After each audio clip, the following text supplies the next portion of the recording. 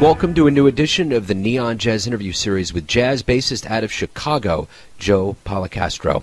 On behalf of his trio with Dave Miller on guitar and Mikel Avery on drums, he spoke with Neon Jazz about his 2019 CD called Nothing Here Belongs, and about a few recent trips he played in Kansas City at the Green Lady Lounge at the Black Dolphin, and a little bit more. So please, dig this interview, my friends. So, Joe, thanks for taking a minute to talk about life that's been going on lately and about your new album, Nothing Here Belongs.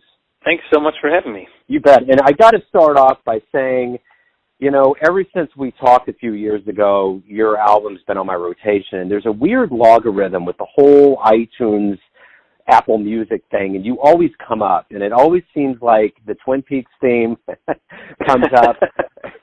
Something, and I love Twin Peaks, so whenever I hear that, I'm instantly in this world of not only digging your music, but it's like a flood of really good memories. So I really dig your music, and of course I've been up to Chicago the last couple of summers. I love Chicago, so there's so much that's good. But you've spent some time here in Kansas City, and that's my first question before we get to the new album.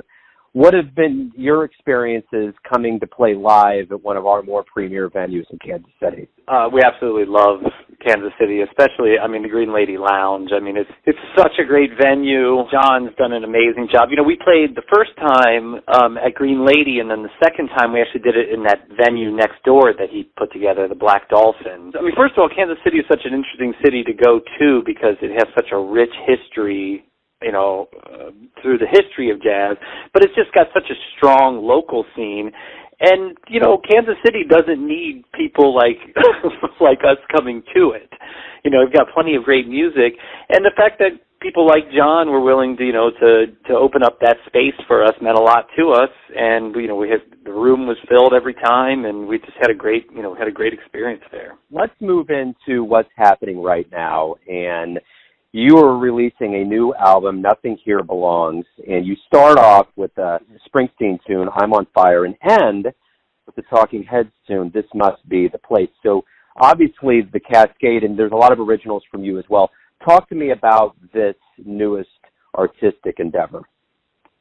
Well, we really wanted to. One of the things that kept happening as we put out these albums was they kind of fell into a theme of sorts. And people came up to me and they were like, "Oh, what's the next theme going to be?" And something about that rubbed me the wrong way a little bit because I started to think I didn't want things to be kitschy. The band has such a broad range of music that it covers. The thing that I'm really proud of with the group is that I think it has this really defined sound about it. And the material in some ways can be somewhat incidental, meaning that I think the band expresses itself whether we're playing Chico Hamilton's music, whether we're playing Twin Peaks, or whether we're playing our original music. And because it has a very fixed approach, these very disparate things can sit next to each other.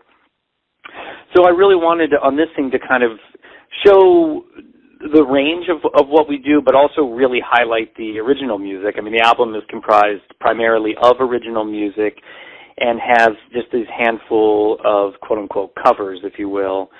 And it was kind of purposeful in a way to start and end like that. We looked at sort of like I'm on Fire, which is an arrangement that we've had in the book for a while, is like kind of as a departure point. And then we wanted the album to really kind of bring in all of the original music.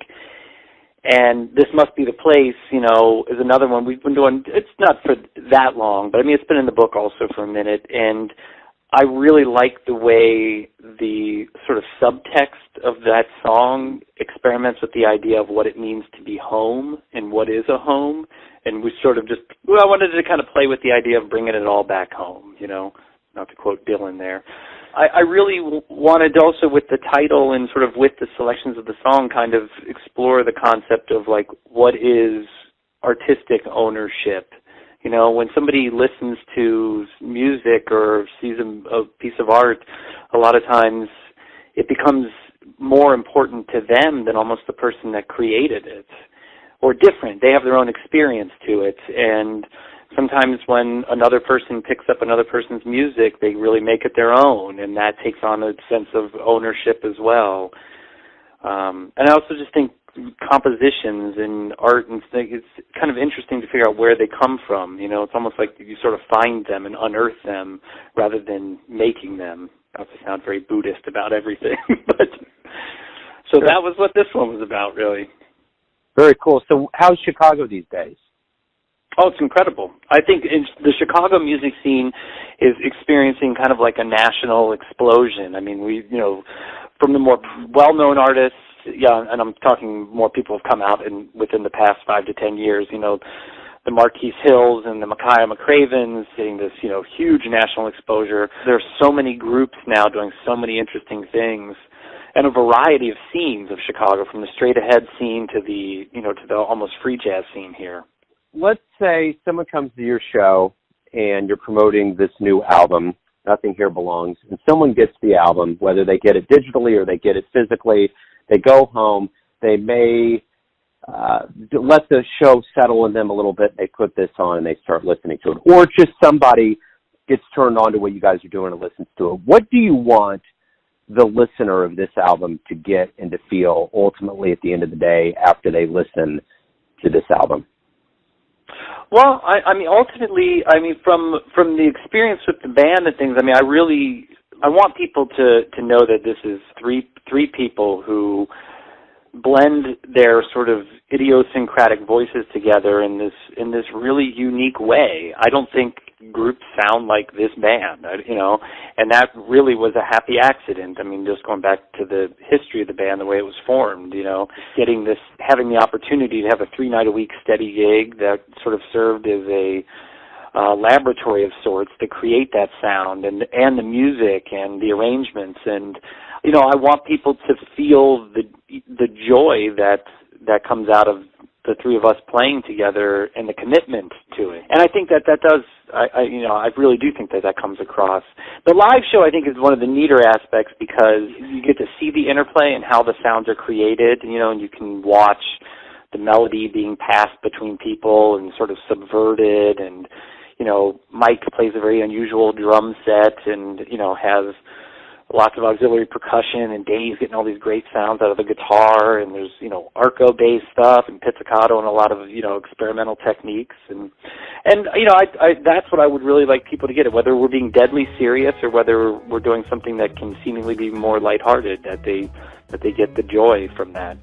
Perfect. That's a great way to wrap everything up. Joe, thank you for taking a little time out to talk about the new album. Thank you for the music, and hopefully we'll see you back here in Kansas City. We're hoping to be there later this year, so thanks so much. Thanks for listening and tuning in to yet another Neon Jazz interview, where we give you a bit of insight into the finest jazz cats in Chicago, New York City, Kansas City, and spots all over this globe, giving fans all that jazz. And thanks to Joe for another amazing jazz album. We're all looking forward to it. If you want to hear more interviews, go to Famous Interviews with Joe Domino on the iTunes Store. Visit Neon Jazz at YouTube.com, and for everything Neon Jazz all the time, go to the neonjazz.blogspot.com. Until next time, enjoy the jazz, my friends.